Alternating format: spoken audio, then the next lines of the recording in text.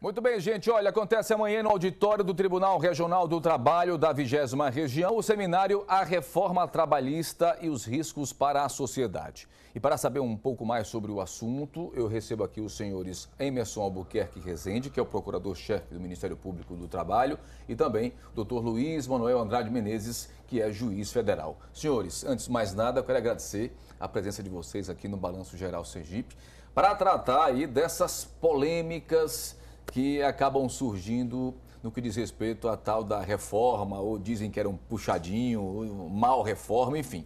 O fato é o seguinte, eu tenho observado aí, conversado também com advogados da área trabalhista, e a gente tem percebido muitas divergências, inclusive de decisões até retroagindo muitas vezes, se baseando na Constituição, informando que a reforma está indo de encontro à Constituição, enfim, está uma confusão danada, não é? A gente pode começar essa discussão por onde? Quero começar pelo senhor. Boa tarde, telespectador. Boa tarde, Tiago. Então, a reforma foi feita sem a participação dos trabalhadores. Ela foi feita no Congresso a toque de caixa. Um projeto começou com 7 artigos e, de repente, em pouco tempo, alterou mais de 100 artigos da CLT e mais de 200 dispositivos, praticamente alterando tudo o direito do trabalho. Então, o Ministério Público do Trabalho já se posicionou pela inconstitucionalidade da maioria dos dispositivos e, para solucionar essa polêmica, está promovendo um seminário amanhã, dia 1º, no auditório do Tribunal Regional do Trabalho da 20ª Região. Contamos com a participação de todos para melhor debater o tema. Agora, doutor Luiz, o senhor como juiz federal, o senhor acredita ainda que é possível fazer alterações, retroagir, porque depois de aprovada, sancionada, está aí, né? E existe esse levante nacional aí. Agora, o que fazer então? Já que, de fato, pelo que eu entendi, as coisas foram tomadas decisões sem ouvir a principal parte que interessa, que é o trabalhador. Boa tarde, Tiago. Boa tarde a todos. Boa tarde. Primeiramente, eu queria fazer um pequeno ajuste. Nós costumamos nos identificar como juízes do trabalho. Sim. Somos juízes federais do trabalho, a Justiça Federal Especializada.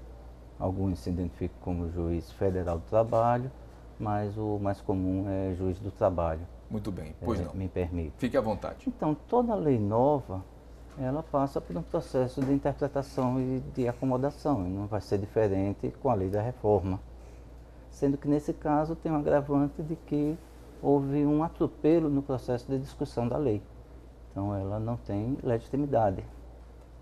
Além disso, há que considerar, na interpretação da lei, a Constituição, inevitavelmente, e também os tratados internacionais de direitos humanos, em especial as convenções da OIT, que são que foram ratificadas pelo Brasil. Quer dizer, então eu não consigo entender como é que se faz uma reforma trabalhista e não se leva em consideração todos esses aspectos que o senhor acabou de me dizer aqui. É inaceitável isso. Parece que o Brasil vive numa ilha.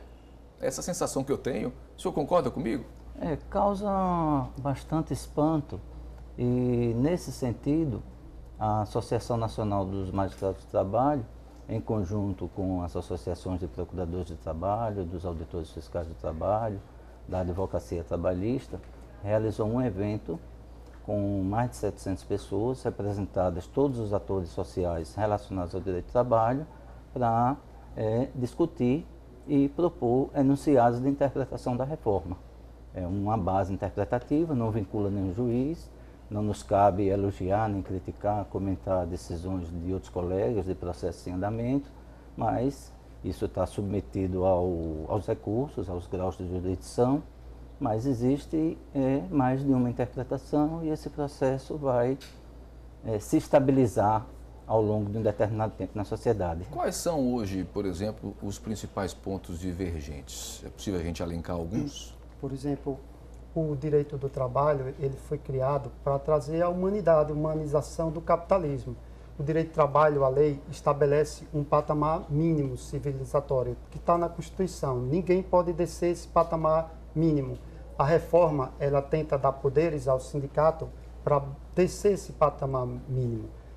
Felizmente, nós temos muitos sindicatos bons aqui de Sergipe e esperamos que eles não vão fazer negociação coletiva para baixar o patamar mínimo. Mas se fizer, o Ministério Público está atento e vai agir, vai ajuizar a ação civil pública. Bom, são discussões, né, que irão acontecer amanhã. Eu queria que o senhor repetisse o endereço e fazer o convite para todo mundo participar amanhã. Amanhã convidamos a todos, trabalhadores, empresários, juristas, estudantes, para o seminário A Reforma Trabalhista e os riscos para a sociedade, com o palestrante Marcos Barberino. Será amanhã no auditório do Tribunal Regional do Trabalho, das 9 horas ao meio-dia. Bom, está feito o convite. Eu quero agradecer imensamente a participação dos senhores. Bem-vindos sempre. Doutor Luiz, satisfação conhecê-lo e à disposição sempre que eu precisar vir aqui no Balanço em Sergipe. Estamos à sua disposição, viu? Ok. Forte abraço. Obrigado, tá?